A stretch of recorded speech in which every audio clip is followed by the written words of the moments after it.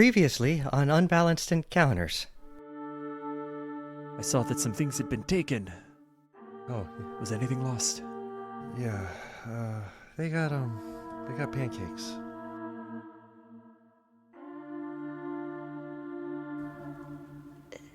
I am scared. That prophecy, 3 parts, have already seemingly been fulfilled. You should trust me from time to time, Ojin. What happens when you're wrong? What happens when it is not going to be okay? Our child could have died. And it's not a story that matters. It's not a story that does anything for anyone, but it just sucks.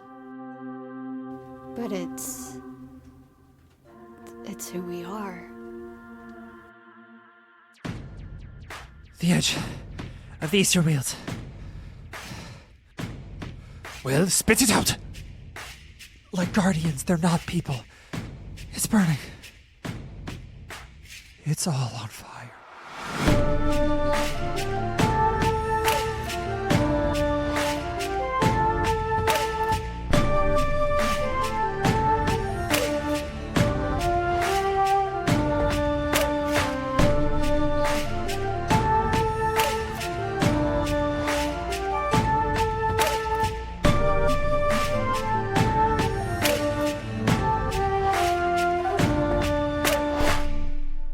Hello, one and all, and welcome to the finale of a very special Tanine bonus arc.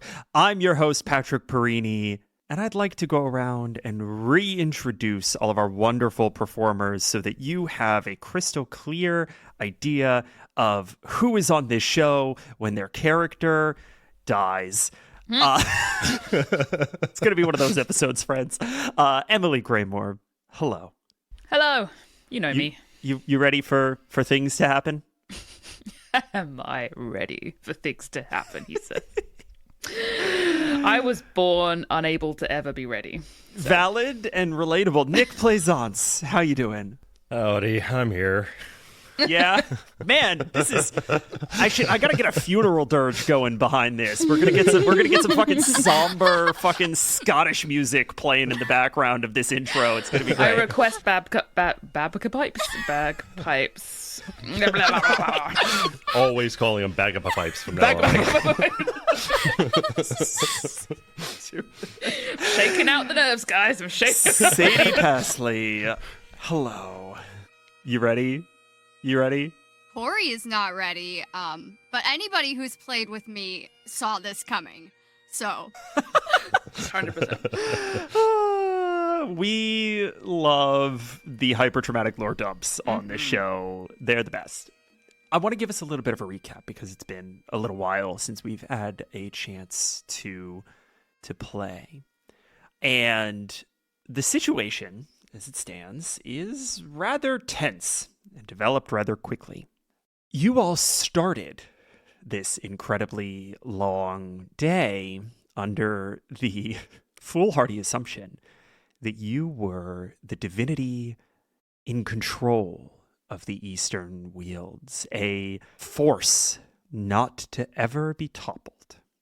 And then Shahida, one of your foremost elder gods, got fucked up by some paper eagles.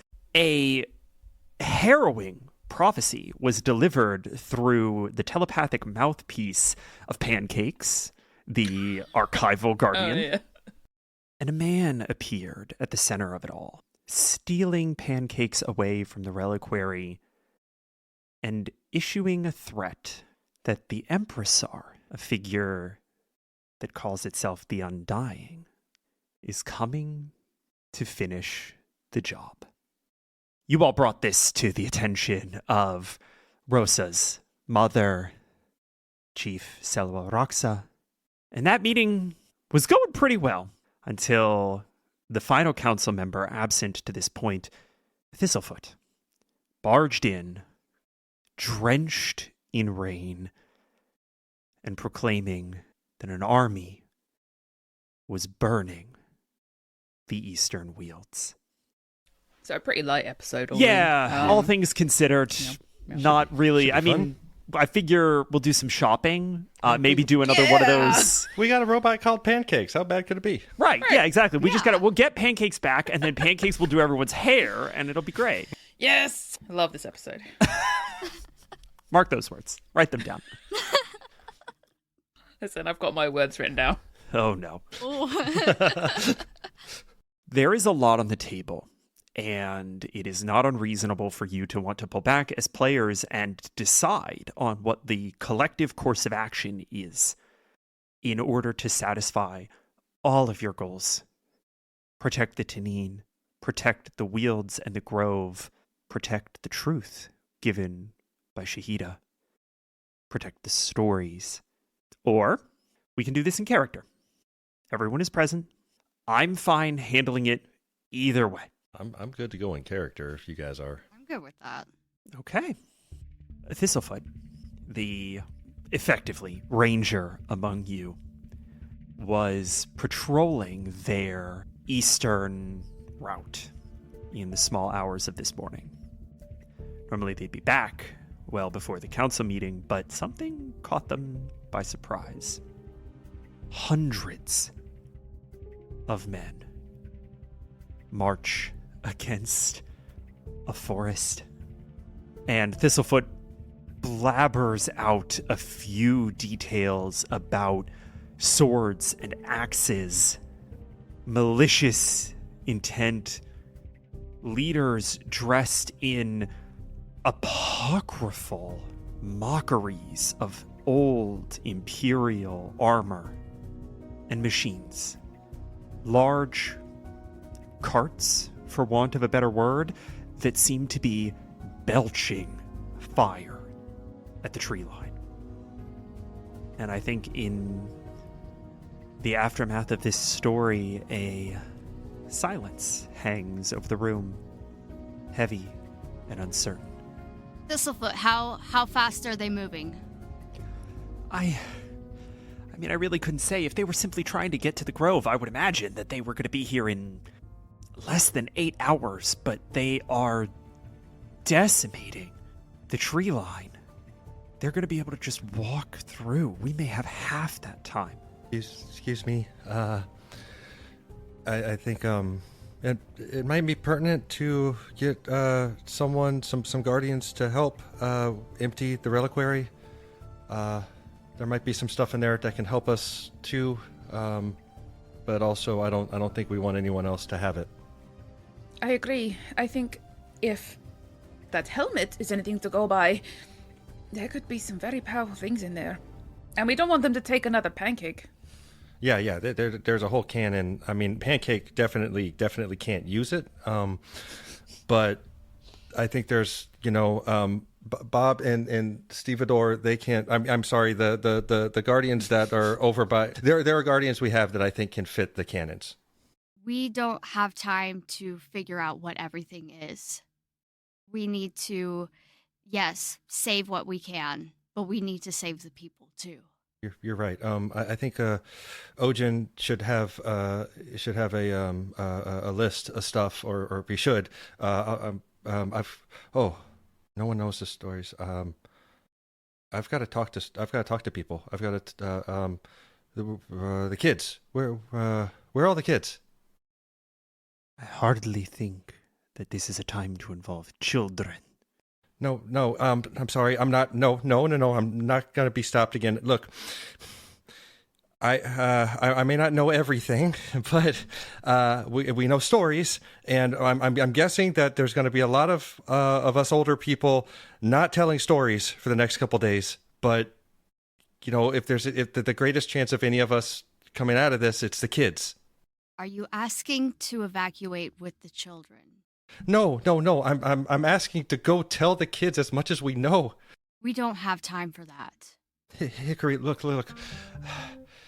Everything we are, everything about us, every moment, every story, every legacy of every chief, all of that is wrapped up in what we tell each other. And right now, if what everyone is saying is that there's an all or nothing coming towards us, who's going to be left to tell the stories if no one knows them?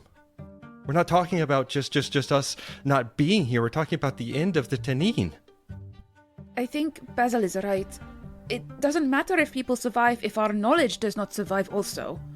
We need a mixture of people, not just the young to evacuate. We need as many as possible to evacuate while the few stay and stem the tide. I think this moment, the second time that Rosa has spoken up towards something Basil has said, this time he doesn't really look at her. He's just got a haunted look on his face, and he's not really looking at anybody. Could I get a persuasion check from Rosa, please? An 11. Doing a little bit better, I guess. All signs point up.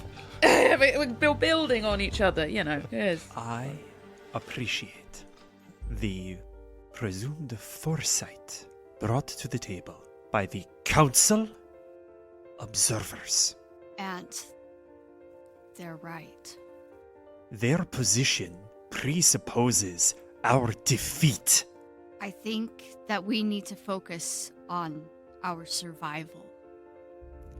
And what will we be without our forest? Dear niece. Alive?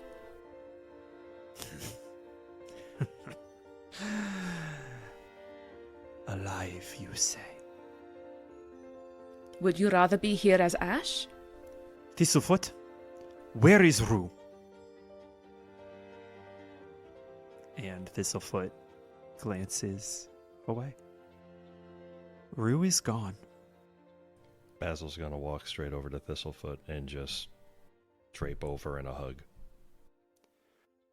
I appreciate it, Basil, but Chief Roxa's right. What is coming is a fight where our survival may not be enough. Is she going to risk everybody's to try and prove this point? All right. The infirmed, the children, those who cannot fight. They do not deserve to die on the front lines. But I need you, and she points at Hickory, to tell me how this works. I'm going to pull her aside. Rosa is young, Tell me about it. but she's going to have to be ready. If something happens to you, I know that stubbornness runs in our family. A generational curse, I'm sure. And so if you are going to stay, then she should go with those to lead them. Curious. A divided front. She won't like it, but When has she ever liked anything she's had to do for someone other than herself? Someone find the stick. Hope springs eternal, no? All right. She stands, and you see that her lightning crocodile shifts into that regal, statuesque position, staring at all of you and none of you at the same time. Council members, we prepare for war. This is not something that we wanted. It was not something that we sought. And to the host of you, I will be honest in saying that it is not something we are prepared for. But it is our birthright and our responsibility to protect these woods. We are the universe's will to survive. And in this moment, survival is our watchword. I will lead the Eastern Front. We will assemble our best troops, our best rangers, and we will fight them from the trees. I do not know what manner of sorcery these fire carts are, but I know that we have fire of our own, and we have a bit of a height advantage. Rossa, Yes? Since you had the brilliant idea of escorting those who cannot fight. I do want to clarify, I didn't say that I would be escorting these people to safety. It was someone. Mm-hmm. And I ask you, little one, whom should escort them but their chief? But you're the... What are you talking about? It had to happen sometime, daughter. I'm sorry. You're going to the Eastern Front to see off these people and I'm coming back. If I return, and if I get word to you to return, if and only when it is safe, then you will bring them back, and I will retire. What if there is no forest to bring them back to? Then they will have their chief. And I'm supposed to just let you all just go, and I just trot off with everybody else? This is not... you already think you can fight from the tops of the trees, which is stupid when they've burnt them all. So how can I trust you all to go and come back? Rossa, we all have our part to play. Rossa, she's going to look at Ojin. The look on his face. What is it? Explain it to me. Pleading, desperation, and a hint of pride.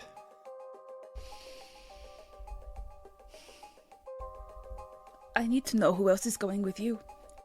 Thistlefoot will fight alongside me. Ojin will work with Basil to prepare the reliquary, outfit our guardians, and build defensive force in the grove. If the grove is to fall, Ojin and Basil will follow. Hikori, you are my most talented fighter. I will aid where I can, but I have to find some place that this truth will be safe. She is deeply sorry that she's not going to be able to stand alongside them as much as she really would like to. Mm-hmm. Go ahead and give me a persuasion roll. This is about sort of the clarity of that communication, right. I think. That's a 7. Yay. I rolled another 4. Get all the bad ones out of the way now. Right. Your aunt has never been the most religiously rigorous person in your life. And I think she fixes you with a gaze in this moment and says, Kory, I respect that what you have tucked away in your scarf is almost certainly an artifact of Shahida. And that to you represents a penultimate priority. On the battlefield, there is no room for penultimates. If your priority is not to your people, if I cannot trust you to give your all in this fight, I need to know now. I think that Kory starts crying. You know me. And you know that you should know that I want nothing more than to stand beside you. But I can't. And so I will do what I have to, but I'm not going to apologize again.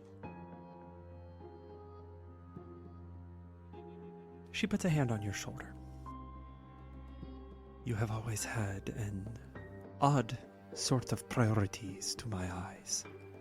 In truth, I may know some of the stories that young Basil accuses me of ignorance of, but I have rarely been one to devote much thought to the elder gods. if you're sure that this is where your attention needs to be, then I am sure that you should be nowhere near my battlefield. Okay. But I owe you the trust that this is the right decision, and that if we fall on this day, and she turns her attention more to the room, let it be so that the generations to come might be able to reclaim what is ours and what we owe to the soil.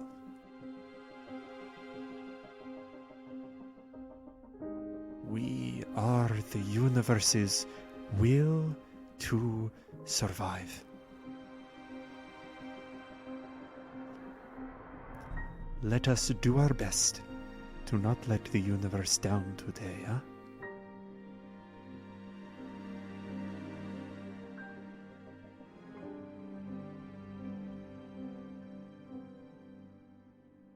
And I think on that, we are going to take a step back.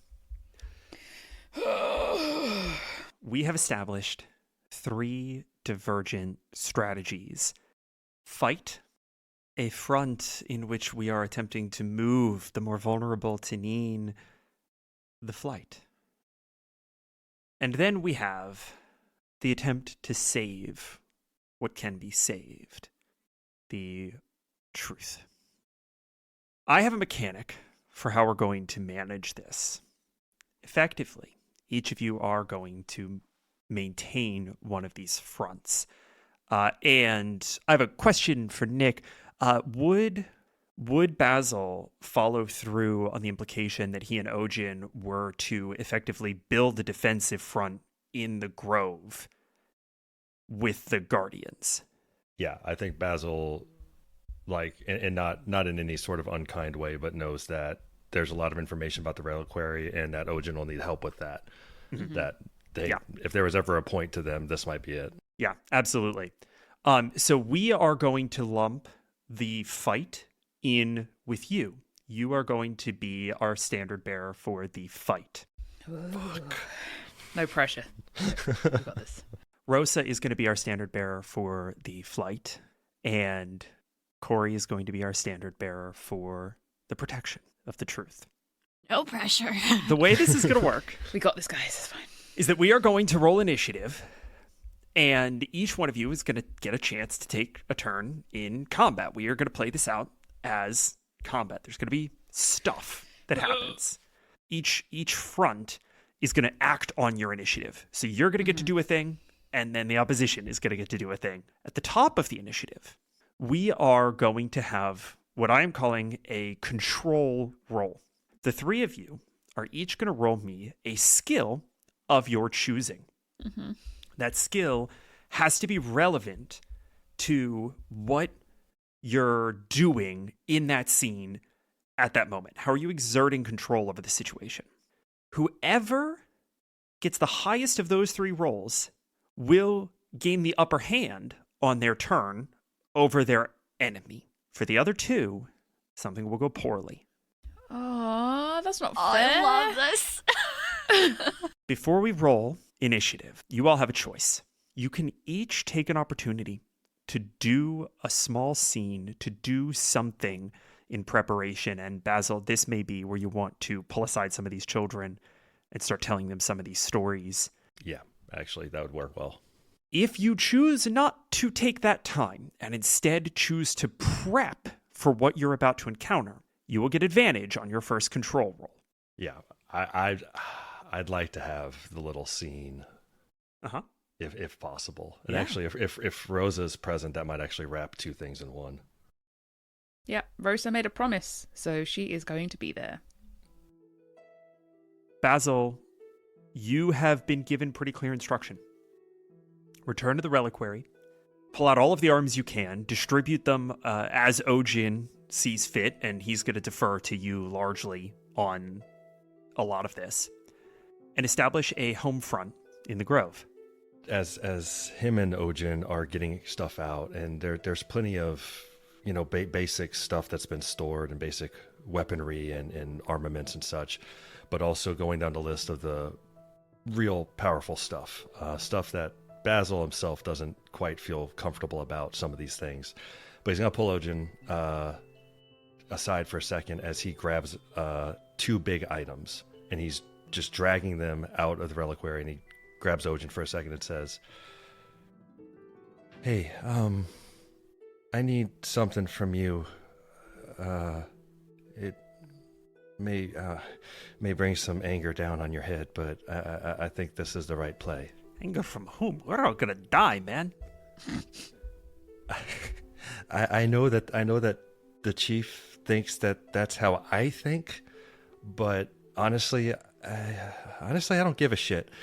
And he's got a set of armor, and he says, I think Hickory could use these more than we could use them here. Just, in case." It's not a bad idea. Yeah, I just, can you maybe cover for me in case, I don't, Chief obviously knows a lot more than I thought she did, so if she knows that we had this stuff and she comes looking for it. Yeah. I'll cover for you, buddy. I think it's a good idea. Basil's gonna find Kory if he can, and just dragging the stuff. It's obviously too heavy for him, and he's just dragging it through the dirt. Hickory, hey, if you could help me quick, I'll show you how this works. At least I think so. Yeah. Okay. This glider, it fits on this armor, and look, I think maybe it might come in handy for you. Before everything, I've been meaning to ask you. You've been out, you've been out and about. Do you have any stories for me? Should I tell you about the day that I was born? When I was born, my mother labored for hours and hours. She said that I held on, and when I was finally born, I screamed so loud that you could hear it echoing through the woods. She said that I stubbornly didn't like anything new, and that's why she named me Hickory.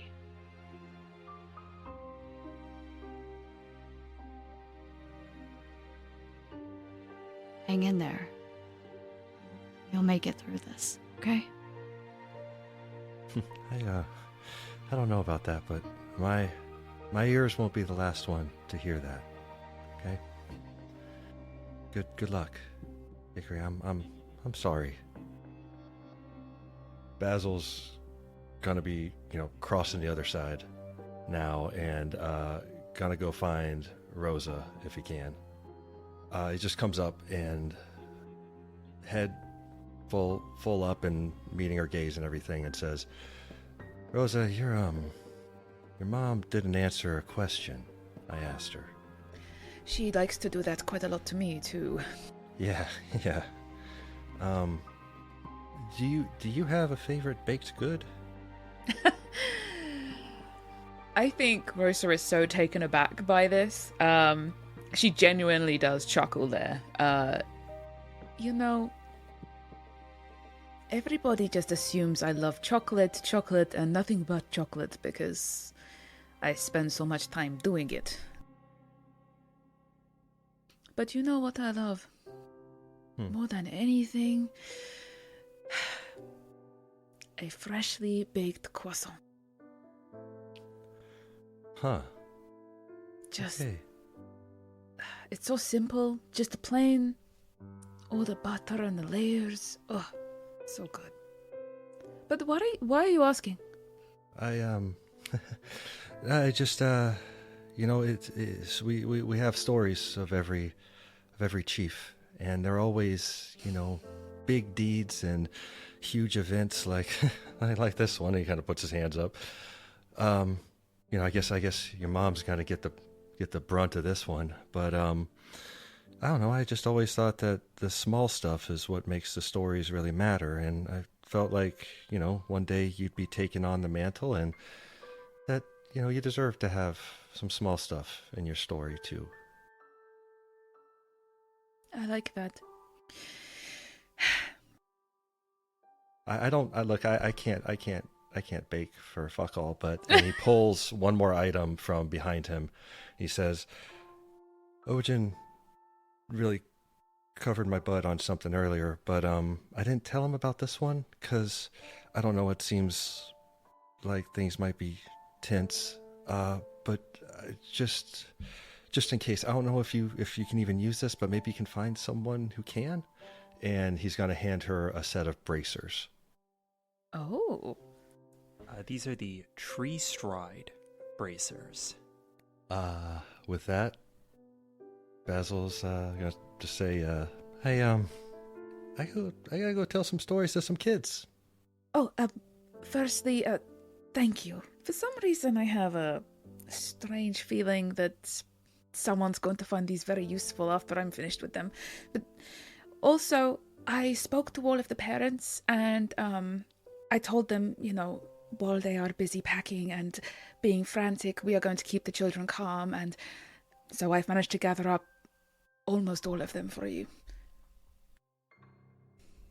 Oh, okay. Wow. No more nerves.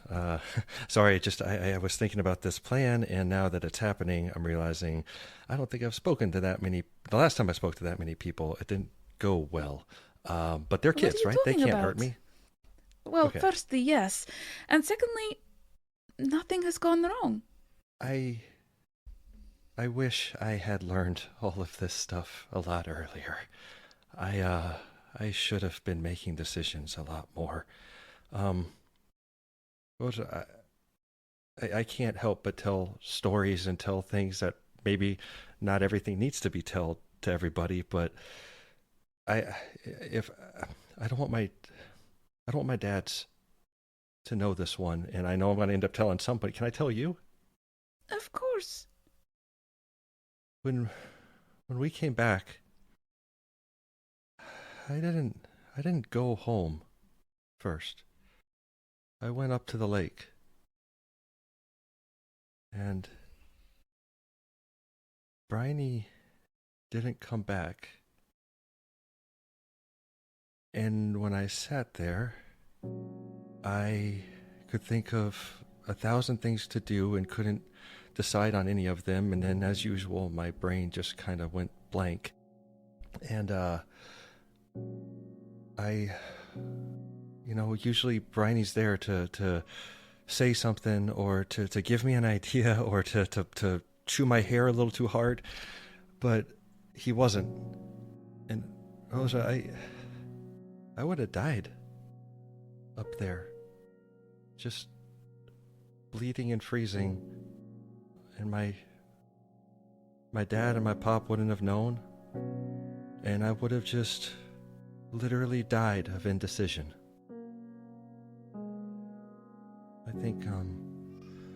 I think Bryony might have been a little bit of a crutch sometimes. But I guess he got me this far. I am the same.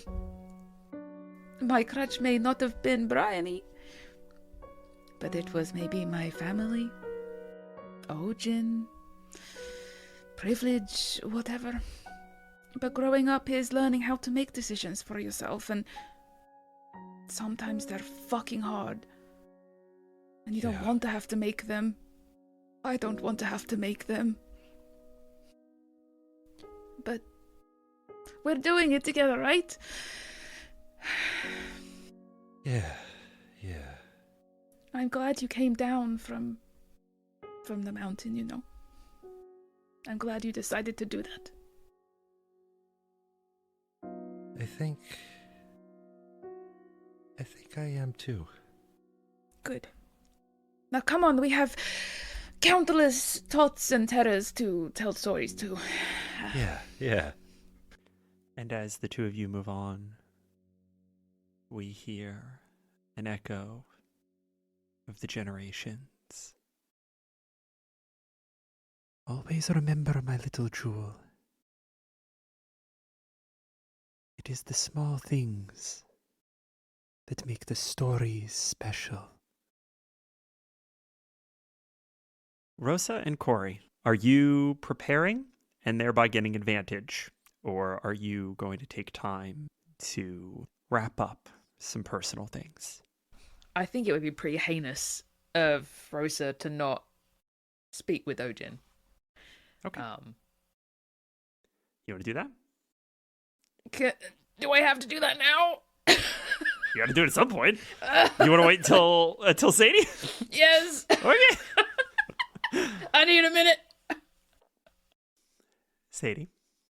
Kory doesn't feel like she has anything that she needs to wrap up. She knows how her family feels. She knows that that connection, that relationship is there, even without words said. You are going to get advantage on your first control roll. And I think that as you are pulling together your personal effects, you see a little whittled green lizard made from hickory wood left on your bed. She picks it up with a sigh, holds it to her, and tucks it away. Sorry, Emily, that didn't buy you a lot of time.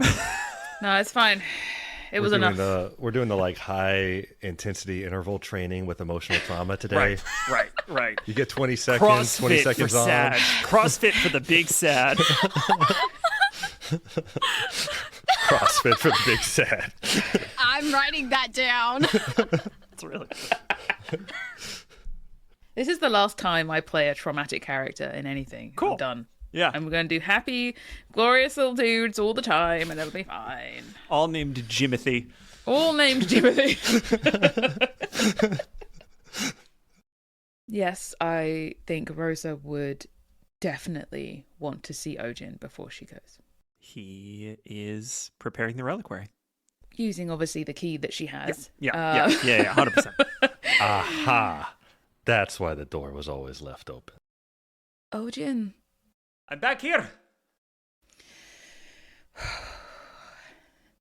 Takes a deep breath and walks behind that little curtain thing that he put up. Did you know we had 3 of these cannons? All kinds of shit back here, huh? No, I did not even know you had a single cannon. Shows how much you were paying attention to the scenery, huh? Well, I had a much more beautiful thing to look at in front of me, so. You nervous, Chief? Please don't call me that. I was going to have to call you it one way or the other. Ugh. Not that much older than you, girl. I'm not nervous. Damn, I would be. I am scared, sad, angry, but I'm not nervous. Why are you any of those things, darling? Oh, let me see. War. Having to evacuate everybody I know, leaving behind the man I love the most. First things first. Nobody likes war. War's not fun. But it's part of life. It shouldn't have to be. Tell that to the gods. We No, are I mean, gods. literally, go tell that to mean- some other gods. Some gods that could maybe do something about that. If you feel like you want your voice heard, they're like real things you could go talk to. Are you done? War is part of life. And life is meant to be enjoyed. You and I, we are the luckiest creatures on this planet. Infinite lives, infinite chances to be born, to revel, and to die again is the greatest blessing that the universe has ever devised.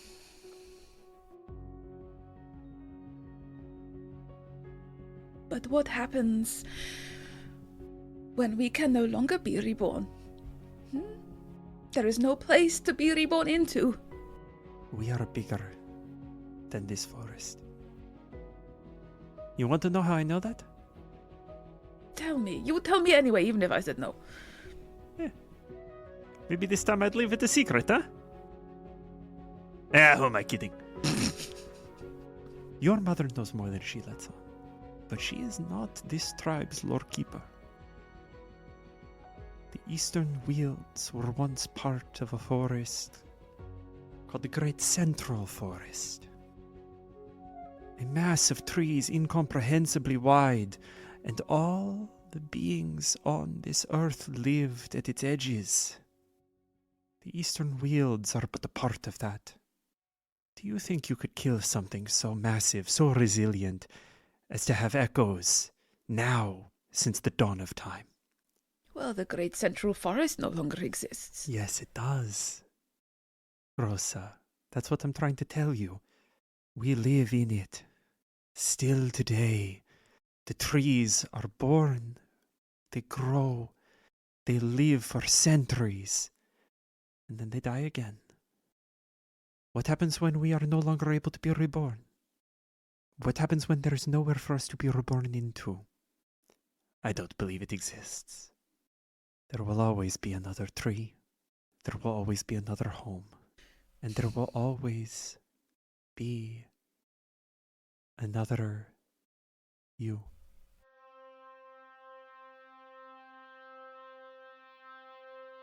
I don't think I'm ready for that to happen quite yet. Oh, me neither. Mhm. Things go bad, I'm getting the fuck out of here. No problem. You'd better. I want to tell you something. I met a man while I was away last summer, living north of here. Not Tanin, and not Krakow. A traveler. He showed me trails that I had never seen before, that no story had ever covered in our lineage. If things go bad, I will get as many of us out by those trails as possible. You promise me this. I promise you, darling. And I will find you In this life. in this life and the next. And probably the one after that. 4 or more unsure, far enough away that it's really hard to say.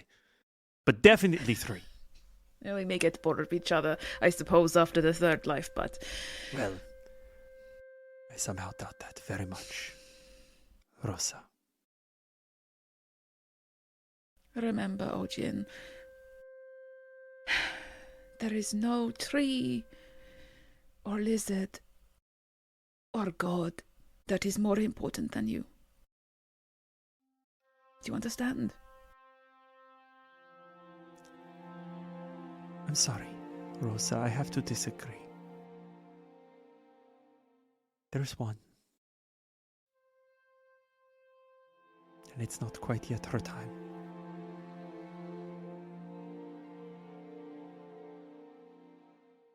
Take care of her, huh? I won't need to, you'll be there, so... As soon as I can. Oh, the Sentinels. You should take some of the Sentinels. They can help you on your journey. Don't you need them all here to protect the glade? He looks around kind of conspiratorially and says, the Sentinels aren't really on the Chief's radar because they haven't moved in 7 generations or more. The thing is, she doesn't know that they need to be asked to move. I can send some with you.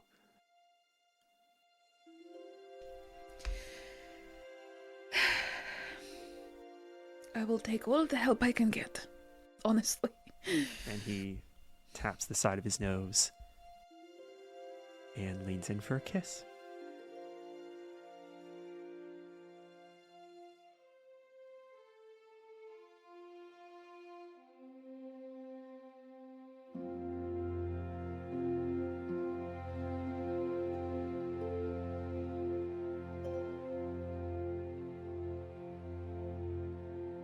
can I please get the three of you to roll me initiative? Oh my god. I got a nat 1. 22. 8. I'm going to go around and give you guys a little bit of establishing shot here, and then we're going to roll that first control roll. So starting at the top, we have the truth.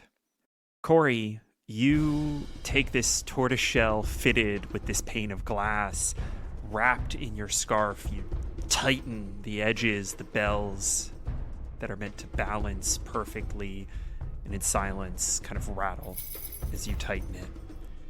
And you pull on this glider, finish attuning to this armor, and step out into the bustle of the grove. What is your first move? My first move is to try to figure out where the highest point is that I can get to. You start hand over fist climbing up to one of the watchtowers in one of the tallest trees in the grove. And we are going to go ahead and cut to the reliquary. Basil, what do things look like as you start to get these guardians strapped? So we've got 3 of those cannons, right? So there's 3 of the sentinels, guardians strapped with these suckers. Look like I actually am going to ask you, because we haven't really talked much about this, but there are a couple of different types of guardians in play here. There are a few of the retrievers that are shaped like pancakes, and they are the ones that are in like the fruit trees and stuff, right? They're meant to grab things. They're not big enough to maintain these cannons.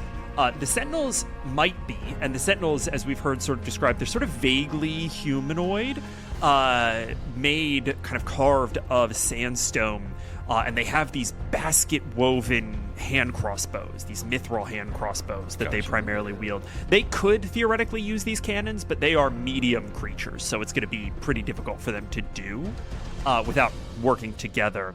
Then there are the third type, the bearer guardians, and the bearer guardians are large constructs. They do not have arms. They are just like legs with plows for chests, and they are massive. So this would be like a backstrapped situation for the cannons. So you've got 2 different types, the sentinels and the bearers. So it's definitely the bearers that we've got. And I think that it's never been a part of stories that Basil was super keen on, but now he's going through stories of warfare, tacticians and such, and there's a bit of a mean edge to the way he's thinking now. And he's going to be prepping, putting, painted rocks out down the hills so they can gauge distance and have the bearer cannons fire off ahead of time. They got the little retrievers are out there on the trees with a lot of sharp objects ready to be thrown down. That's really good. And there's, I think one thing Basil is still thinking in terms of salvage is getting lines and lines and lines of buckets of water and get water brigades prepared. Okay, cool. We'll revisit that momentarily. We jump to Chief Rossa, who is hanging on to the talon of a wyvern alongside another one of her warriors. And she lets go, drops into a high bough of the tree, and Cassius, her crocodile, kind of materializes up and in the tree with her. And she looks out over the plains that stretch beyond the edge of the eastern Wealds. And we see her breath catch a little bit, her eyes widen. Thistlefoot was not exaggerating when we see hundreds, thousands of bodies marching toward the eastern hills. And with that, we're going to jump to Rossa. So basically just a few kind of like wagons, a few sort of like They're like people just kind of carrying what they can, really kind of like basic stuff, all kind of just like, I've got people who are a little bit more able to kind of like fight sort of like on the edges, surrounding sort of like the most vulnerable in the middle of this like procession, and just kind of like, I feel like she's up a little bit higher, maybe on like an awning or the roof of like a low building, just kind of watching and just like making sure everyone's there, like counting heads, whatever. She's just like, okay, got this, okay, I've got this, right, okay. And then like the sentinels, obviously, like probably one at the front, one at the end, however many she's got available. Go ahead and roll me, we'll say a D10. A 10? Ooh. Does that mean I have 10? I think so. Yes. All right. In that case, couple at the front, couple at the back, couple kind of spread across. Cool. You know, on the surrounding. And you're just running this like a wagon train? Literally, yes. And then just kind of, if there are anyone who's got lizards who are aerial, maybe just kind of keeping an eye view, that kind of thing, so we don't get harassed from the side or flanked or anything like that. So okay. So I am going to ask you all for your first control roll. Kory is going to have advantage on this. I'm going to go with an Arcana check. I believe you're proficient in Arcana for Basil. Mm-hmm. Kory, you can give me any of the following that you would like. You can give me insight, history, or religion. And Rossa, I would like you to please give me perception. I re-rolled mine because it was cocked the first time, and it got the same exact result. So I got 16 plus 6 is 22. 22 is very good. Nice. dang. I got 11, even with advantage. I got 18 in the end. An 18 in the end. A 22 absolutely takes it. So Basil, you are going to take control of the situation. And this is effectively, I want you to treat this kind of as a lair action, right? So this is you taking time to make sure that the environment is working for you. And I want you to tell me concretely what that looks like as you set yourself up for success here. There are plenty of stories of the forest, and Basil intricately knows those. And he knows what these trees are like and what the sap is like in these trees. Specifically, he knows what happens when they get too hot. So he's going to have people strap a whole crap ton of shrapnel to these trees. Amazing. He's going to have people explain to people how the cannons work, and maybe have people start trenching like little areas throughout to help with the water brigades and to redirect things as needed. As well as, there's other people more capable than him at this, but identifying places to set up good barricades and stuff. Little parts of the hills that are a little flatter than others where people might be coming up. Basically going, full war preparation mode. As you are standing out in the middle of the grove, observing all of this movement, Rossa's contingent has left. Kory has found a path. The warriors have been gone for some time. You take in how tactical you have suddenly become. A knack that, an intuition that had always lived in there, buried under a mound of indecision. There's no time for that now. And then in the back of your head, you hear, "Where is everyone?" Pancake's voice, coming from the reliquary. Pancakes is it cooking breakfast pancakes, or is this scary, weird pancakes? And we're going to move on into the initiative order. Oh no. Damn it. All right. Insight check.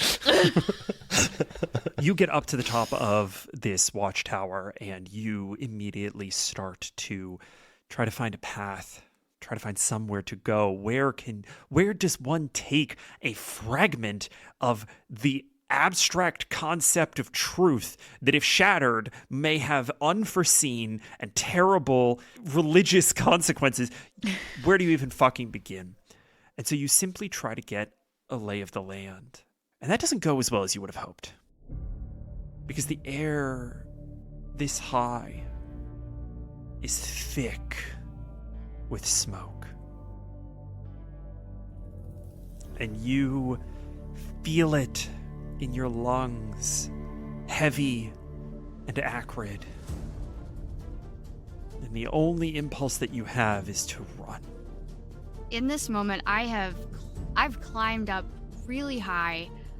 All I can see, all I can breathe is smoke. And in between glimpses of smoke, I think that I am seeing people panicking, people marching.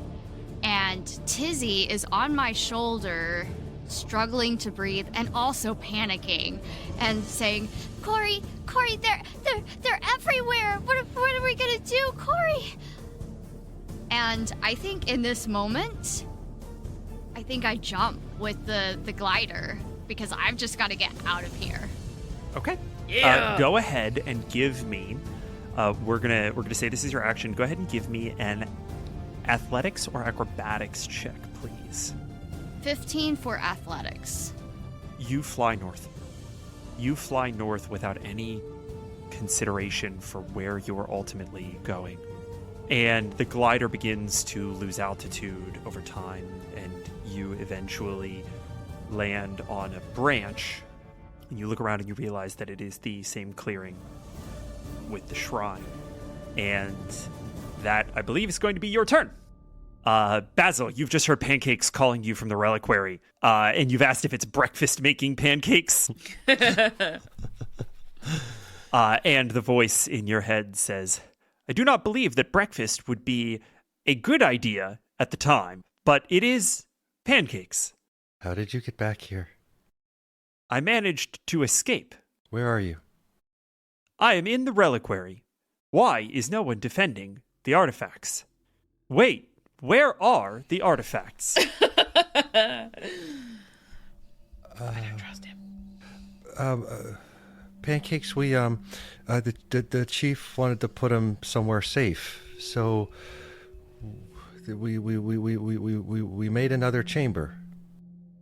Understood. How can I best help in this initiative? Could you maybe try to make some breakfast? Just where you are is fine, you know. There's some stuff. Go ahead and make me I'm gonna say a deception check. Why do I have the I can't do that, Hal? In my Yeah.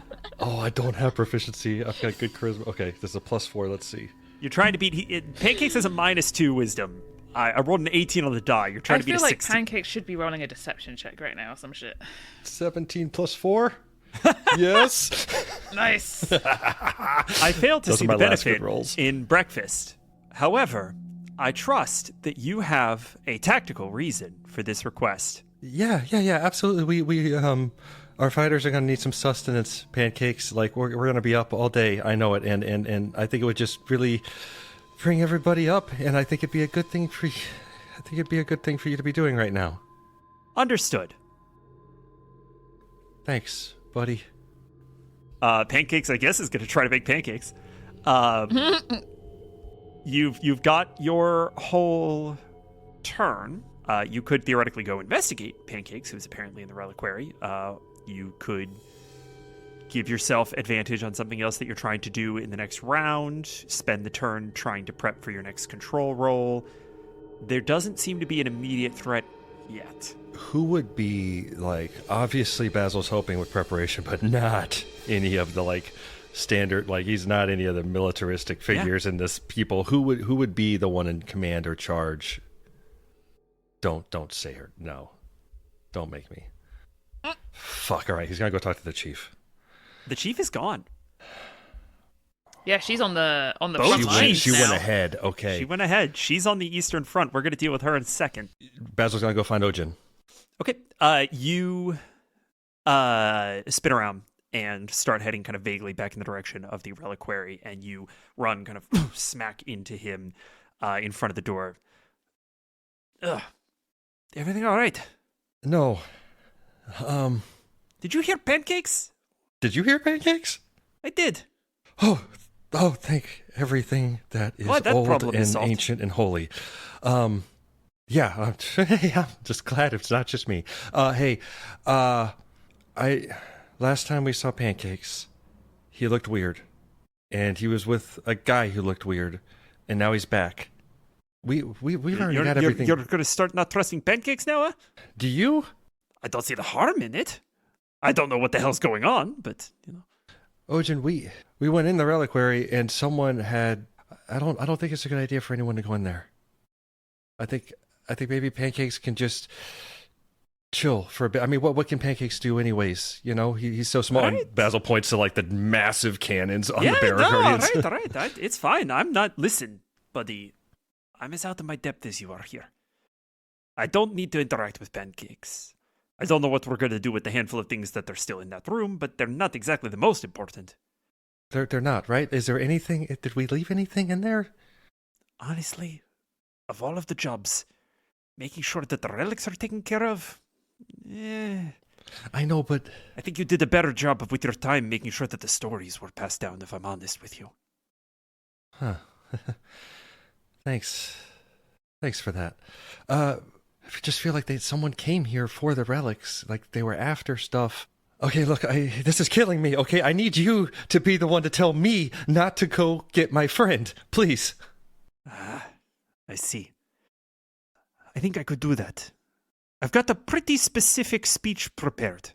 Okay, yeah, but Ojin, my one of my last remaining best buddies is in that room, and I want to go get him. Yeah, right. And you need some motivation for why you're not going to do that. Yeah. Look behind you. Basil turns. In the tree line, a man moves in the shadows. That probably needs your attention before pancakes does, huh? Yeah. Thanks, Ojin. Thanks. All right, see you on the other side, yeah? Yeah. Okay. All right, I'm going to go ahead and treat that as your turn. And we move to the edge of the grove. Now, I have been rolling for Chief Rossa along with you all in the control roles. She did not do well. Oof. We see her raise up the solstice staff, and thunder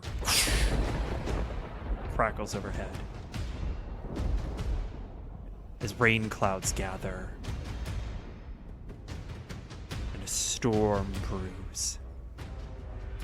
The camera pans down, and we see one of these quote-unquote carts. A vehicle. Great stone wheels and a ceramic base. Wooden platforms built atop it, carrying archers and a few foot soldiers. And at its apex, strapped in, is a gaunt man with hollow eyes. And we see a half-orc foot soldier grab onto the platform, one arm, swing himself up, land next to him, pull a flask from his hip, punch off the bottle, and jam it into the guy's mouth. His eyes roll back into his head, and he casts Fireball at 9th level.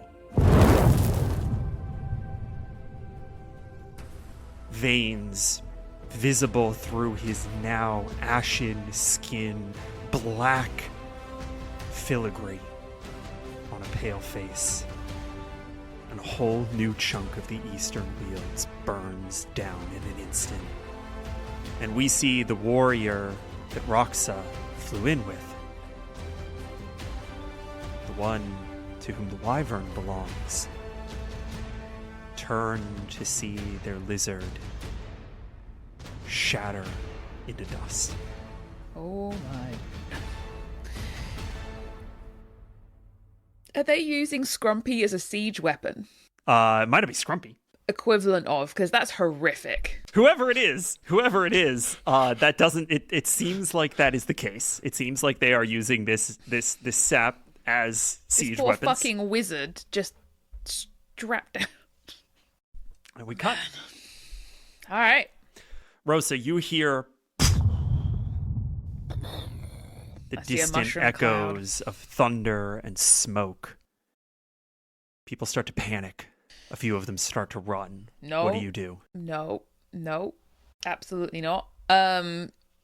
She is going to shout down to the evacuees. Do not run! Stay in line, stay together. Safety in numbers, stay calm. We are okay. And she's going to jump down and sort of like start physically pushing people back in place if she has to. And then just sort of showing, like, by example, just like calmly walking. What is your better skill, persuasion or intimidation? They're both the same, both +0. Okay. Go ahead and give me intimidation at advantage. I rolled double 13. I mean, I don't know if that's a lucky sign or not. Who knows? But a 13, apparently. is what I got. A 13 isn't bad, and I think that you push most people back in line. I think that you do see that one person sort of fully splits from the group and just chases themselves off into the forest. And you turn around and you give the people who fall back in line a glare like, that man is dead. Yeah. And you would be too if you were to run off, so stay in line. 100%. And everybody kind of falls back in line. But what's your passive perception? 17. It's pretty good. Okay. That man is a dead man. Yeah. And you know 100%. that. I'm not going to go chase him. You Absolutely don't not. particularly expect him to be a dead man in the next 6 seconds. Fair, right? Until you hear him scream. The sound of a knife in flesh. And the sound of vines? She is going to shout at the top of her lungs for everyone to get closer together, like group up and start quickly moving. The sentinels just silently... Yeah. She's actually going to send one of the sentinels, like, over towards, just to kind of see what the sitch is. We're going to there. deal with that on your Without next going turn. through the tree line. I don't want them to dispute. We begin at the top of the order again. We're going to make our next control roll. I am going to ask for perception from Basil. I'm going to ask for survival from Rossa. And I am going to ask for Kory to tell me what she's doing in this moment to try to get her bearings, because I think changing your circumstances entirely was necessary, but it's very open-ended. I think right now she's just trying to get to the shrine. Okay, go ahead and give me a religion check. 24. Nice. Kory. That advantage came in clutch. The other one was a nat 1. Woof. Nice. Kory, you are going to take control in this situation. You catch your breathing, get your bearings. There was a plan. Follow the steps. There was a plan. Follow the steps. And you feel your holy symbol, your scarf that had been frantically clattering in the wind as you glided down to this position settle, and with it your heart. What do you do to gain the advantage in this situation? I do have divination.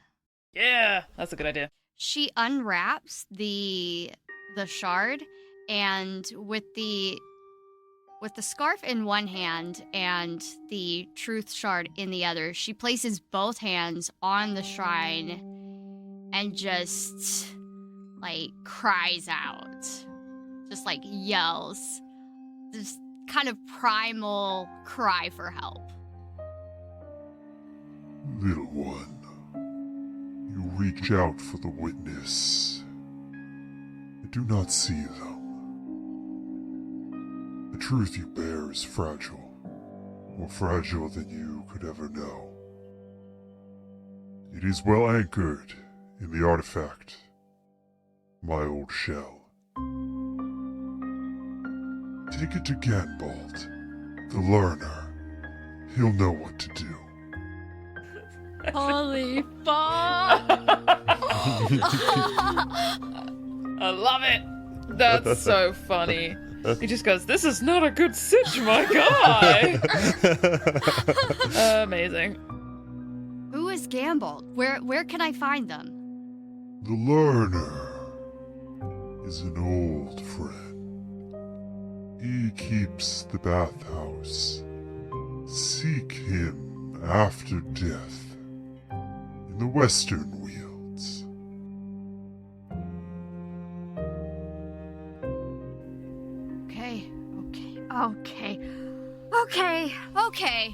Okay. You seem perturbed, little one. I thought I could just find a place for this to be safe and then just do my best not to die, but now I've got to keep hold of it and also not die until I die and then meet this Gambled? Who said anything about needing to die? You just need to get after death. Clever little lizard. Find another way in. Another way in. Another way in. Okay, I think you're going to take a second to ponder that. And as you do, I need you to make me a wisdom saving throw, please. 23. That's fucking very good. You feel every vein in your body pulse simultaneously as you wrench up your holy symbol and it clangs in the wind involuntarily. And your mind becomes a knot of pulsing, blood-filled veins. Find a plan. Follow the plan. And you wrench control of your body back from the dominate person spell that was just cast on you. And you turn around and you see stepping out of a blood vine portal in a tree the man from the reliquary. You've got something that we want, love. Are you gonna hand it over? Or are we gonna have a problem? We've had a problem since you tried to kill my cousin. Yeah, that's right. And with that, we're gonna jump to Basil. Basil, you have just seen someone moving through the trees. What do you do? I mean, I think the only people that Basil would have put out there are the smaller guardians up in the trees holding stuff. He would have kept everyone back because they've kind of, minefield with the trees. Everything has been occupying Basil's mind, and he's been very much in this new mode of thought is in the front of your mind, focus on it, finish it. And all of that flies out as he sees someone, and it's just pure, something he's never recognized, but it is pure rage. And I'm going to cast Windwall in a 50-foot long, 15-foot high, 1 foot thick wall all along that tree line at the figure. He is going to get advantage on this because he has partial cover. DC? 15. Okay. You cast wind wall, and a force of wind beats into these trees. They all bend against it, and you see this figure tense up, put its back to one of the trees, and does not fall prone. Is there damage associated with this? Half as much damage on successful. Yeah, so go ahead and give me the damage. That'd be 11. Okay, yeah. You don't see him react to that at all. Okay. Do I still have eyes on him?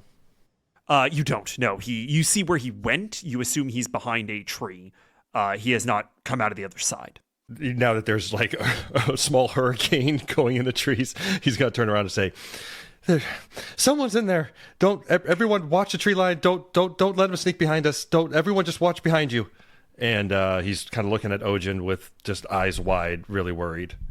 You have guns and eyes pointed at this spot along the tree line. Go ahead and give me a perception check at disadvantage. 17 and 10. Okay, so a 10. You see a faint heat shimmer in the air, and then all of a sudden, a knife is at your throat. The reliquary boy.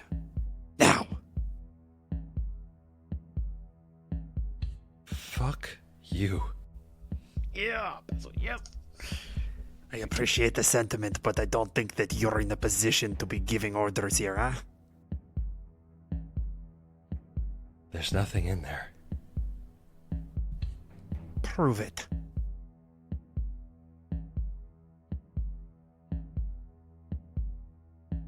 Basil takes a step forward with the man and leads him. Man, I had so much fun playing this character. He leads him towards a building that is not the reliquary. Go ahead and give me a deception check. 19. Nice. Insight here is +0. Holy shit. Yeah. I gotta roll a 20. Yeah, try to read an angry teenager, you dick. So good. I didn't do it. All right. We're going to cut back to that here momentarily. We are going to glimpse the Eastern Front once more. Rain has begun to fall. Steam and smoke fill the air as wet wood burns under the unimaginable heat. A fireball. Over and over and over. Rossa points down at one of these siege engines as another flask of this liquid is pushed into the throat of one of these men strapped into these structures. And we see his body contort. And I'm going to ask Sadie to actually roll a D100 for me. Oh my god. Got some wild magic coming here, boys. Let's just hope it does something to them. 35. Roll a D10. Your age changes by a number of years equal to the roll. If it is odd, you get younger. If it is even, you get older. And I am actually going to say that just due to the amount of sap that was just pushed into this guy's throat, I'm going to 10x this in either direction. Oh shit. That's a 10. So he ages 100 years? He ages 100 years in the blink of an eye, and his skeleton explodes in arcane fire, and the siege engine collapses. I mean, poor fucking man, but yes. And we get a glimpse. We get a glimpse of a half-elf woman. Well, that's inconvenient. All right. Bring in the next one! Keep it moving! They're expendable! Come on! Oh my god. And in this moment, that brief window that the front lines have been sundered, Rossa pushes some people forward, and you see that the tables start to turn slightly, but this army seems relatively unfazed. We get back to Rossa. Oh. You've just sent a sentinel Yes, I want to try and... the woods. He's acting as my beater currently Are you now. going with him or No. not? I want, if he heads towards and starts maybe kind of like firing into the vicinity, if I can see movement or see someone move out, you know, like when people beat out the grouse from the Sure. from the grass. It's basically what I want so I can shoot the fucker that kind of like jumps out. The sentinel disappears into the undergrowth. Oh, okay. The sentinel vanishes in midair. I was gonna say, I was Emily, like, what it's the fuck? okay. It's okay. Just take a deep breath. Okay, continue. The sentinel vanishes into the undergrowth. And you don't hear anything. Not for a while. Your caravan actually moves on without you, and you stay a little bit behind because that shouldn't be happening. And then, does an 18 break your armor class? Let me check. Yes. I don't know why I bother checking, but yes, it does. Does a 17 beat your armor class? Yes. You take 14 points of magical piercing damage as these basket-woven crossbow bolts sink into your shoulder and your hip, respectively. Motherfuckers. control my golem. Okay, so obviously my sentinel has been compromised. Seems that way. And seeming as she saw Pancakes acting equally strangely, this is like, okay, fine, that they've obviously fucked with this one too. I'm going to cast plant growth and just completely like seal up this boundary of like the forest, and then as much of it as she can along that edge where we're walking, and then just like catch up with the others. Okay. Go ahead and cast plant growth, and then give me an athletics check. 14. Okay. You catch back up to your Great. cart. So you're going to be rolling flat for your next control roll as opposed to with disadvantage. Great. And now I know not to send my sentinels out into the woods. So Would certainly seem that way. All right. And speaking of which, we are back at the top of the round with the control. Roxa just rolled a 17. So it's going to be the number to beat. I am going to say that Rossa can give me the better of perception or insight as she pieces together the compromised sentinel situation. I am going to give Basil another deception roll, and I am going to give Kory. Kory, what was your immediate reaction? Was pretty defiant to this guy. I'm going to give you. How's your perception? Is your perception decent? Yeah, it's all right. It's a +3. Okay, I'm going to give you perception. Dirty 20. Nice. This is a good roll. I don't think it matters really how Oh, well or not I did. Okay, I accept. I did a 23. I got a 19. Okay. I well was so done. close to a nat 20 and it rolled back. Yeah, there you go. All right. Well, we're back to Basil for control over the situation. The deception obviously is working. How do you maintain control? Where do you take this guy, and what do you do? God, he's wrestling with himself of, is pancakes really pancakes? And if he is really pancakes, can pancakes help if he brings this guy to the reliquary? And if he is really pancakes, will this guy hurt pancakes if he brings him to the reliquary? And Basil flashes to sitting cross-legged in the gravel at the edge of the lake. And he's going to slowly move his hand back up to his neck. Not where the blade is, but just the collar. And he's... Mechanically, I don't even think he needs to do this, but he needs to.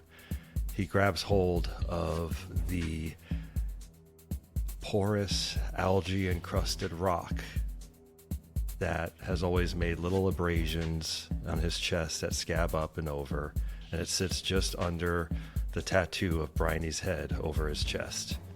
And he is going to use his bottled respite. Nice. And he has only been here once before, when he first got Bryony, and it terrified him. But Bryony promised that it was a safe place.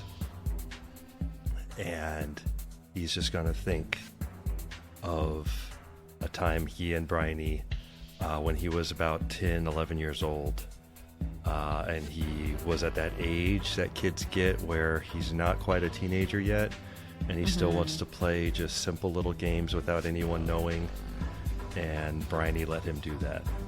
I think Basil simply vanishes. He just doesn't want pancakes. He doesn't know what risk he'll put pancakes at. The vessel remains in the material space. And so this man, and we see him as another blood warden. What the hell did he just do? He picks up the little bit of rock, and he's going to put it in his pocket. And he is going to make an investigation check to try to find the reliquary. He is going to start heading in the right direction. He's also going to bonus action hide. That's a nat 20. Oh, shit. From atop the eastern wields, we see more trees crumble and fall. Smoke, rain, primal forces locked in pitch combat. And then we bring the camera down to the battlefield. And we see Thistlefoot going up against someone in far more regal-looking armor than many of these foot soldiers. And Thistlefoot gets in 2 daggers, trying to get an opening. Eventually, an axe comes down, sinks into Thistlefoot's shoulder. The arm, not usable in this moment. And they say, "What the hell is even the point of this? What could you have against the trees?" The Empressor has nothing against the trees. The Empressor simply wants the false gods dead. They've started with the big ones, your Shahida, and others. And now they're moving on to you. And the axe twists, comes through Thistlefoot's ribcage. And they fall down dead. Rossa, Hello. it is your turn. Is it? Good You are being actively pursued by things in the shrubberies. There are bodies in the woods. The sentinel is not terribly far behind. Rossa does not want to set fire anymore to this woodland if she can help it. So I think, again, she's going to a little bit more urgently push people along, and Sure. she's going to cast fog cloud behind them as well to try and kind of like hide. Very fucking good. Go ahead and where they take are inspiration. Ooh, And also please roll me an insight check. I got an 8 in total. As much as I would love to give this to Rossa, I don't necessarily think that Rossa is the one who realizes it. I think that on an 8, Naroon has to bail you out again. Yeah, fair. Is Naroon with you? I think he is within me at this point. Yes. I think you hear his voice echo in the back of your head as you turn to cast Fog Cloud, reminding you that you are very near to where you encountered Sligo, and that the deserts might be a harder place for them to hide. Thank you, Naroon. All right. At that, she's going to head to the front, like zoop. I'm going to use like as much of her movement as she can. Sure. And start leading them in that direction.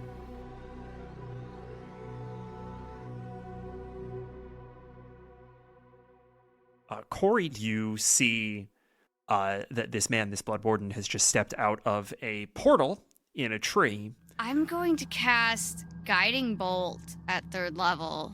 Oh, that's a 10, so... 10 does not hit. But as soon as that happens, I'm running westward. Interesting. Make me another perception roll. Or insight, whichever's better. 19. Insight. On a 19 insight, you turn westward and start heading in that direction. The portal just slightly to your south. You catch a glimpse of it and remember the time that you spent traveling through them earlier. And in this space, in this shrine space, you remember another extra-dimensional place that you were in very recently. Your conversation with the avatar of Shahida looks and feels a lot like the space between the portals. I'm going for it. Do it. That's amazing. The I love bells that. ring on my scarf. I am not hesitating. I'm going for it. You put this together, turn on your heel, and bolt. You are going to get an attack of opportunity from this guy. 17? Mm-mm. The iron greatsword clangs off of your armor as you push through and step into this portal, and you find yourself in an intra-dimensional space of infinite length, surrounded by blood red vines. So let's go ahead and roll the control roll for this round. Basil, there's just fuck all nothing you can do here. I can't even have you roll. I'm sorry. It's okay. It's going to pay off later, though. It's going to be great. Goodness gracious, Kory, again, I just feel like what? There's not like a ballsy roll. I want there to be like a... I feel like stubbornness needs to be a stat, but It I does. know, it really doesn't does. really. It really does. Go ahead and give me insight again. 21. And then Rossa, you are going to get... We're going to do this on persuasion. I best start rolling good. I got a 16. Okay, 21 takes it. So we are going to jump immediately back into Kory. Kory, you are in this space. How are you gaining control of the situation? I think in this situation, I'm looking because I know that this guy is probably going to duck back in trying to find me.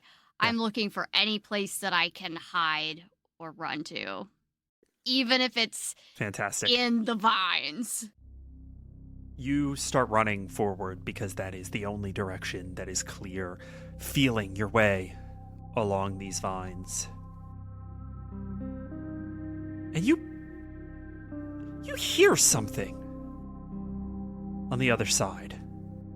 And you stop, pound on it a little bit, the blood vines pulse back against you. Go ahead and give me the better of a spell attack or simply a melee attack. 21 for a spell attack. Cool. Nice. You put your hand up to these vines and radiant energy blows through them. And you see a hole. Going through. You slip in and you find yourself in another long tunnel. But this is not edged by blood vines. This is bounded in only by nothingness. The edges of your perception make this a linear space. There isn't anything there for you to touch. And so at the same time as being a very cramped space, it is an infinite place. And your brain kind of twitches at that a little bit. Your very orderly mind is having a hard time comprehending this seeming contradiction. And then you see people in armor, badly wounded, shambling forward.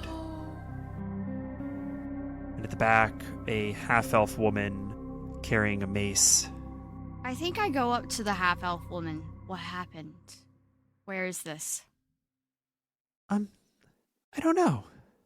It's kind of a new space for me. I was on the field of battle a minute ago, and now I'm here. Can I cast divination again and try to reach out to Gamble? Yeah, absolutely. All right. Love that. That's a great idea. Gamble. How do I find you?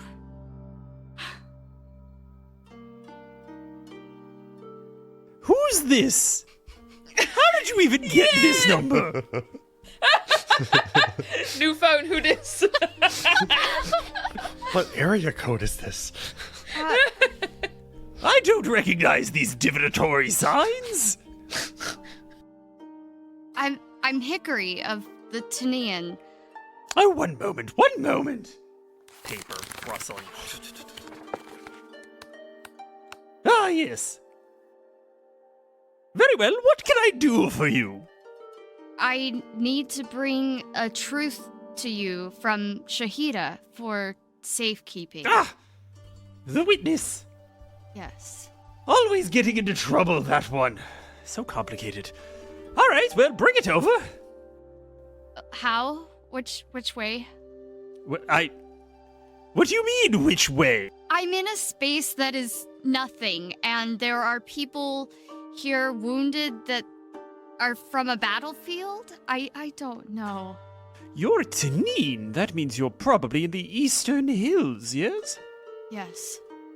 Well, Shahida should be there. There should be all manner of structure for reincarnation in that part of the world. Is there... Shahida's gone. Gone? Dead. I saw it.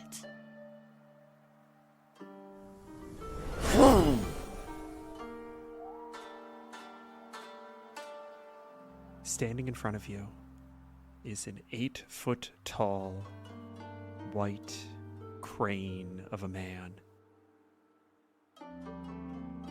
Shahida is dead, you say?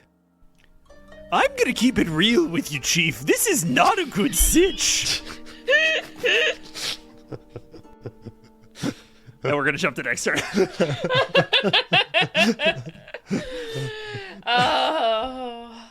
Basil, Hello. where are you at, buddy? Basil finds himself sitting on very similar porous algae clung rock, and it's a space that to him seems to just go out to the open sea. But it's just him, and there's waves crashing on the rocks, and it's salty smell. And yeah, he just sits there for a moment. And this is where Bryony took him once to show him how to do it. And then he promptly almost drowned, and Bryony had to fish him out of the water. And then explained to him that he couldn't drown here. But Basil still has hesitated to ever come back to this place. What is Basil hoping will happen from this retreat? He remembers that when this happened before, and Bryony helped him pop back out and exit this place, that some of the other kids who were not being very kind had moved the little rock. And this was actually when the first time Basil lost Bryony, is when they popped out of the rock in the middle of the forest in a rather unsafe place. So he knows how it works. He knows time moves on. He knows that it's not infinite here. I think he's just was about to have to wrestle with that indecision again and not know the best thing for pancakes, and decided to take himself out of the equation. And you're sitting with that for a moment when the equation decides that you are an integral part.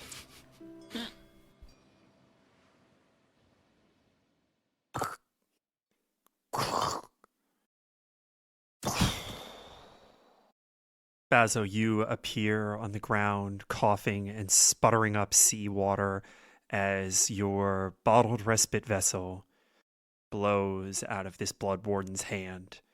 And as your eyes adjust, you see that you are on the ground of the reliquary. And he puts his boot on your neck. Where is it? What are you even looking for? We're looking for all the stuff. Have you... You selfish Deneen been keeping it all to yourself for too damn long, huh? Have you tried looking... Could you just move? I can't tell you if you keep your boot on my throat. He shifts his weight a little bit, and it is considerable weight. You see that this guy is heavy built. The other blood warden that you fought was tall, lean, almost gaunt. This man is bulbous, featured, and heavy set. As a bonus action, Yeah. can Basil reach out telepathically to Pancakes? You can do that for free. Ooh. It's just speech. You can just talk to him. Pancakes? How's that breakfast coming? I have made 582 pancakes. With that cast iron skillet, right? It is in excellent condition, though I can't help but noticing that it is one of the few things left in this room. Is everything else safe? Yeah, everything but you. Do not worry about me. I have a simple purpose. to be my friend?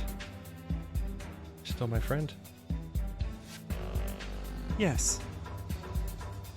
But that is not my purpose. Don't worry. I know. And Basil's gonna look up at the guy and say, have you tried looking up your butt? Take inspiration. I was so hoping you would say that. Thank And you. he's going to Misty Step the fuck out of there. Oh, shit. Yeah. Okay, take inspiration and then make me a perception check. Okay, that's gonna be 13. You bamf to the other side of the door, and you hear him go, God fucking... He's never dealt with teenagers before. These people need to go. And he snaps his finger audibly, and you hear one of the cannons go off outside. I'm on, am I just on the outside of the door now? Yeah. Pancakes. I'm sorry. And he's gonna open the door and shout out to everyone who's by the remaining cannons. Here, through the door, lightning, now. And order them to fire. Basil, I need you to please make me 3 dexterity saving throws. Okay. First one's a 5. Second one is a 16. Third one is a 14. Basil, you take 77 points of fire damage. Yeah, I'm out, but not obliterated. Okay. He would need 78 to obliterate. I have 39 maximum hit points. Oh my god. Oh my god. You fall unconscious as all 3 bearer guardians turn their cannons, your cannons, on you. And as you hit the ground, you notice something curious. Your people are gone. And with that, we are going to jump straight to Rossa.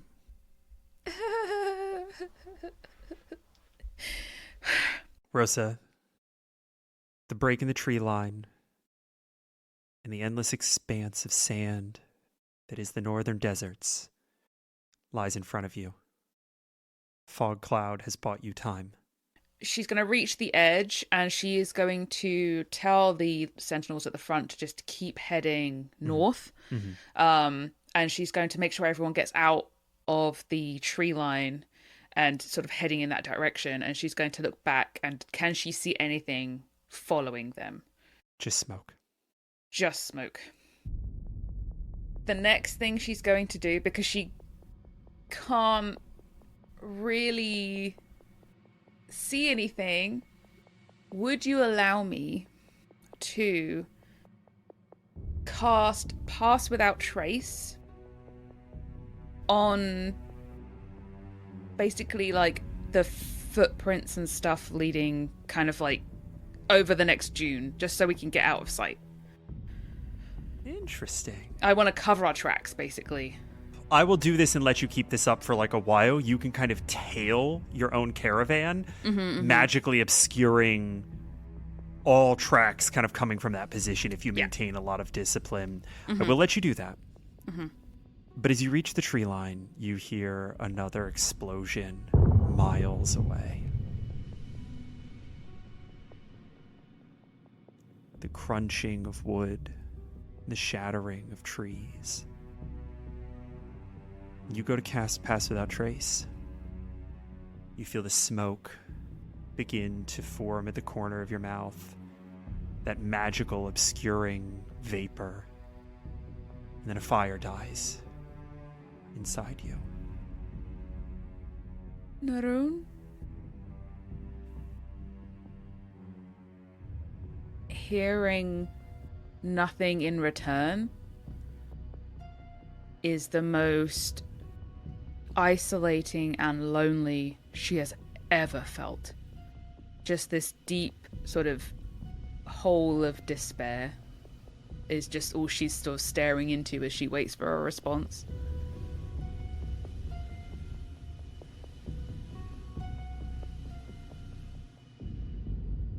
She, silently weeping, keeps her vision at the tree line as she backs away from it, kind of hyper focusing on obscuring them and everyone else whilst trying not to break.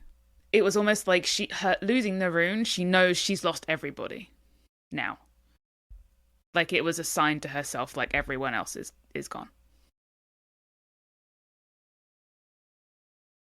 We're going to pull back from initiative order for a moment and visit Kory. Kory Ganbald is standing in front of you. Mm-hmm. The truth. Where is it? I have it. Give it to me. We need to protect it. I'd like to roll insight. Sure. I don't trust this man. Okay, that's a 22. Ganbald nods, and you see his shawl start to raise up off of him, and he takes 2 feathers and kind of touches one to your forehead, and in an instant you see a bathhouse spiraling into an infinite darkness, mushrooms growing, decaying life, giving it a chance to be reborn anew. You see running water, you see peace, you see book after book after book after book, ledgers, tomes, histories, stories. It will be safe with me. And I can go back and help the people. Yes. Do you hand him the shell? I think I start to, and then I stop. No. This is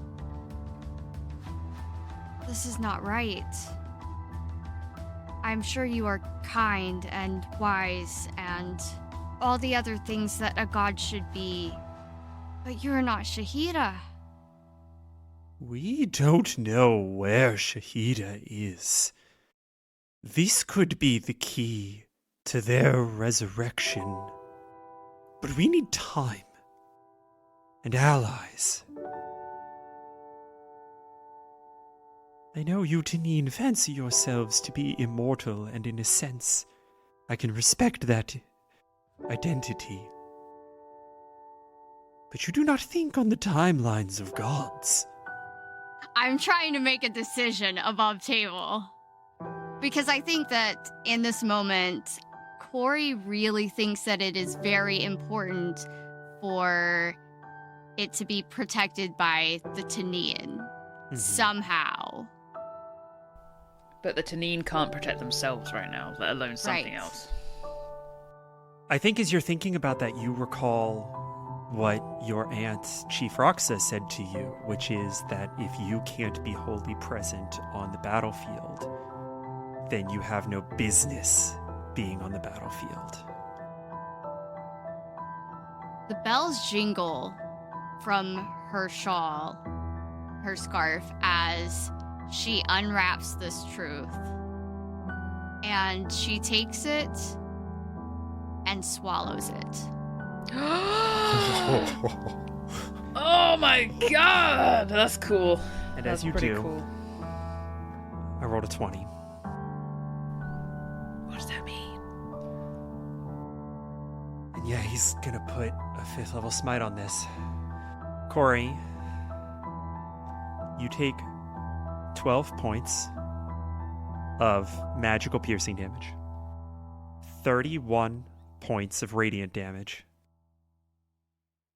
and 20 points of necrotic damage. as you feel the tortoise shell lodge in your throat, and you try to swallow, but it's hitting something. And you look down, and you see the tip of a pure iron greatsword. Someone just stabbed her? There you are, you little bitch. Good thing you were wearing those bells, huh? Oh my god. Otherwise, I might not have found you. Oh. Who's this then? Who's your friend? And you can't see the man behind you. You can kind of hear him over your shoulder. You glance up and you see Ganbald. No reaction. No emotion on his face. Reach out. His long feathered arm. Put his hand on this Blood Warden's shoulder. You call yourself High Scepter, huh? Well, let us hope you have prepared a successor. That's right, Gambald! Delete him! And he vanishes. Yes! And Ganbald catches Kory's body as it falls. Turns her over. Levitates slightly, the shawl wisping in the air. And vanishes.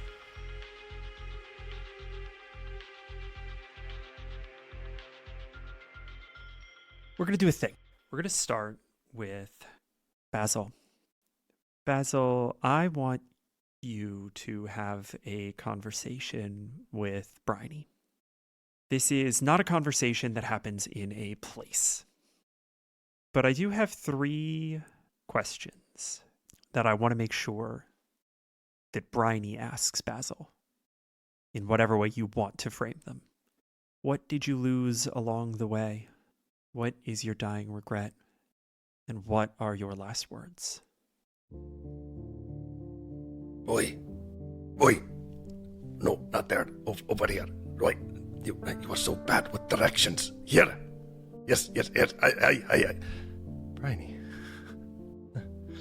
You.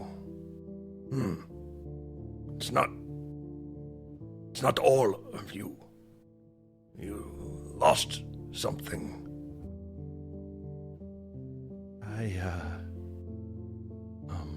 Pats himself down. I think I lost the rock. No, boy. Do not be sorry. That's not what you lost. What was it? I lost the fear. I'm not afraid of this. Good. I'm sorry that it was so soon. Did you leave anything undone? I never got the end of the stories about the little bird. I don't know if he ever found the eagle. I don't know if there's an ending to that story or not. Would have been nice to know, I think. Would have been nice to know what happens. Yeah, you get used to that. Not getting answers, not getting an ending. Well, I suppose I should be showing you around, although I've been doing that all your life anyway. Yeah, is this... Bryony, I died, right? Yeah, you know that, right? I don't have to teach you that part. No, I got that, but, hey, maybe everything that dies someday comes back.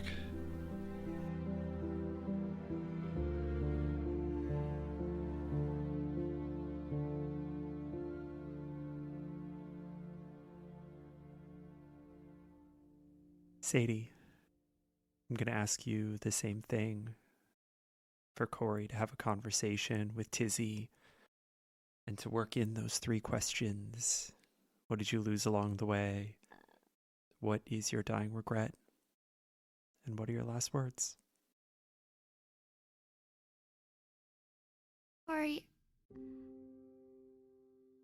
I don't think I'm scared anymore. Tizzy, you're lying. But thank you. Tizzy, I'm so sorry. We've lost so much. Shahida, I've lost everything. My family, my home. You know, the one thing I regret is that I'll never know if it was worth it. If we endured. Yeah, well, Kory, we did our best. I suppose I did all I could. And the trying meant something, didn't it?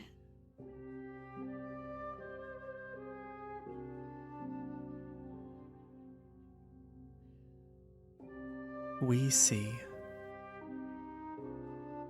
a long caravan of people who have suffered unimaginable loss walk into a desert and not look back.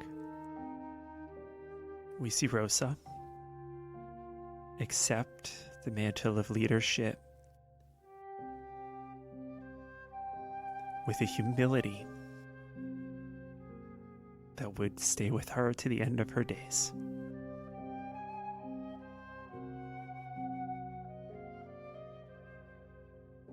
We see Ojin. Yeah. Good. And the last of the Tanine. The minute Basil disappeared, he got everyone out. And we see their daughter, Zisha Alzira, a girl born under impossible circumstances to people trying to find a new way to live.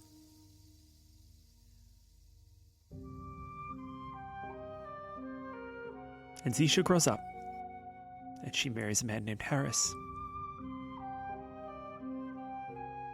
And together they have 3 children, whom they try every day to keep safe. But the fighting doesn't stop.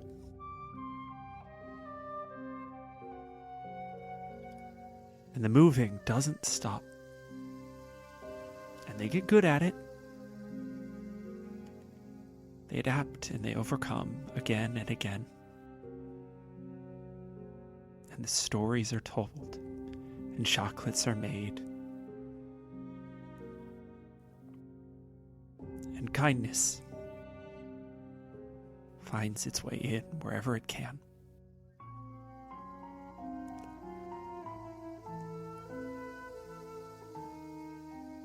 Until one day it all goes wrong.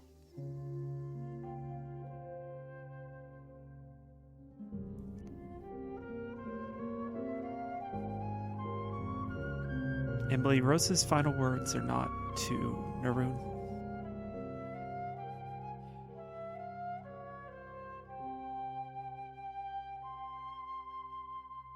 Is Rossa alone in the end?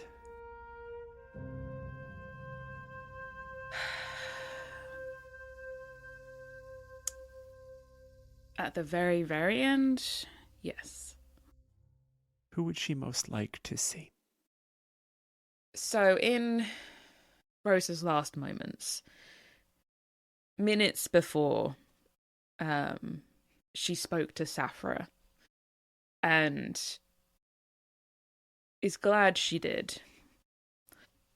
I think she is glad that she is alone this time. And it's someone else's turn to lead the people away. There are so many things that we lost along the way. A lot of who we are. A lot of friends and family. But I made a promise, and I made sure those stories did not get lost. And anyone who would want to listen, listened. I hope that they are remembered long after I go. Basil, if you are listening, I did my best. I only wish I had fought harder for kindness and for the importance of who is right in front of us instead of what could be, what we should be.